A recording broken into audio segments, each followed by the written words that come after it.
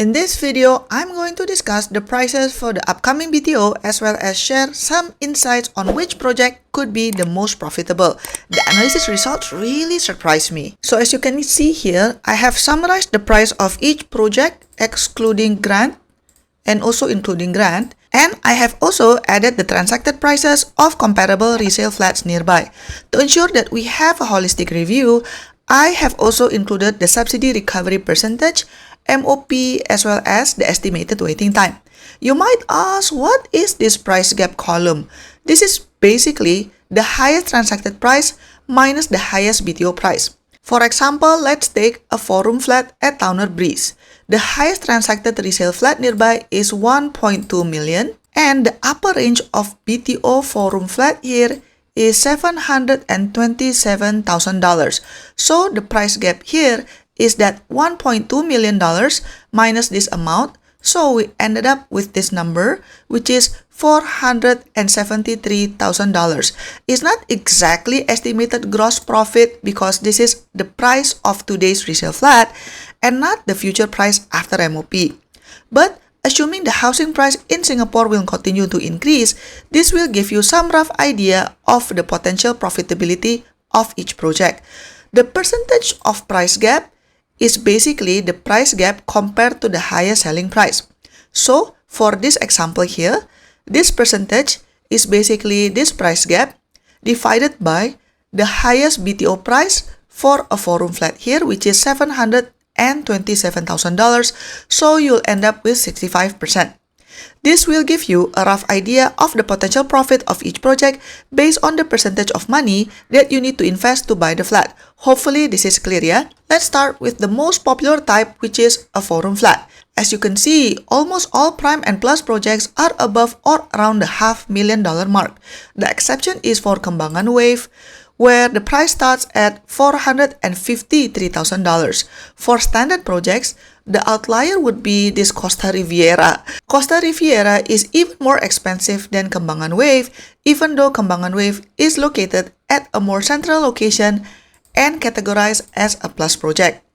The rest of the standard projects starts around $300,000 or around that mark for a 4-room flat, with Taman Jurong Skyline as the most affordable option. Now, if we consider the transacted prices of nearby flats, it gets more interesting.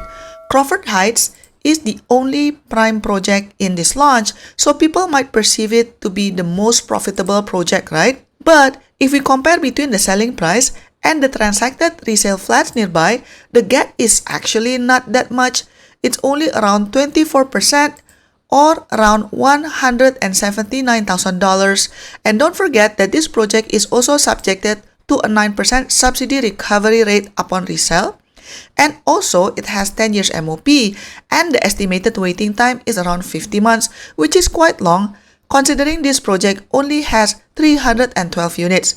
So you can imagine that this price gap will still need to be cut by the subsidy recovery. There are 3 other projects that have a price gap beyond $400,000, which is Towner Breeze, Kallang View, and Merpati Alcove.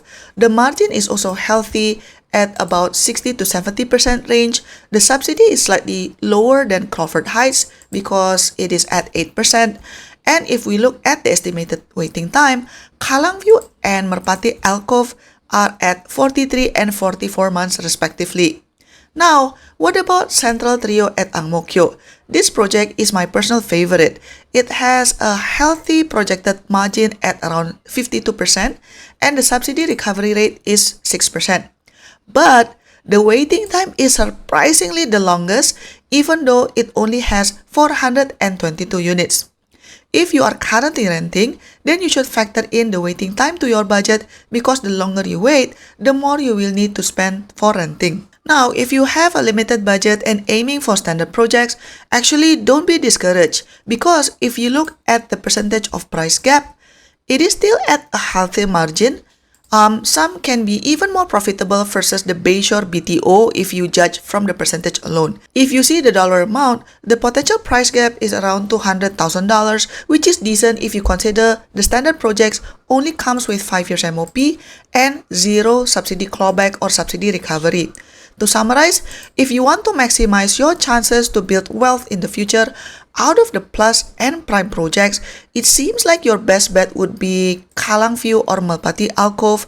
And out of all the standards projects, if we purely see the numbers, Fernvale Oasis seems to be a good option.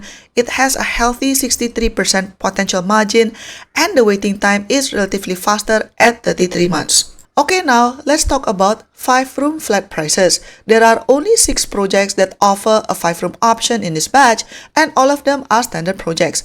Interestingly, if we look at the potential price gap and percentage, it's actually relatively lower than 4-room flat because they are all under 40%. In other words, if we purely see the numbers, buying a 4-room flat seems to be more profitable than buying a 5-room flat.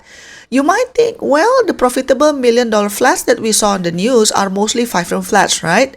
Well, that's true. But don't forget that those resale flats are typically located in more central areas, whereas newer BTO typically only have 5-room flats in more remote areas. Now let's talk about 3-room flats.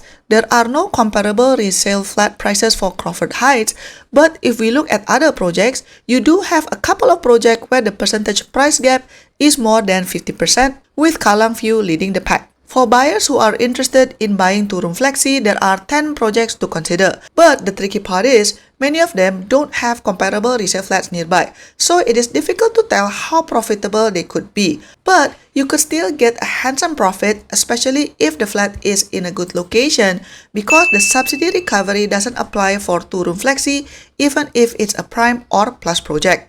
So, what do you think? Which project do you think is a good deal?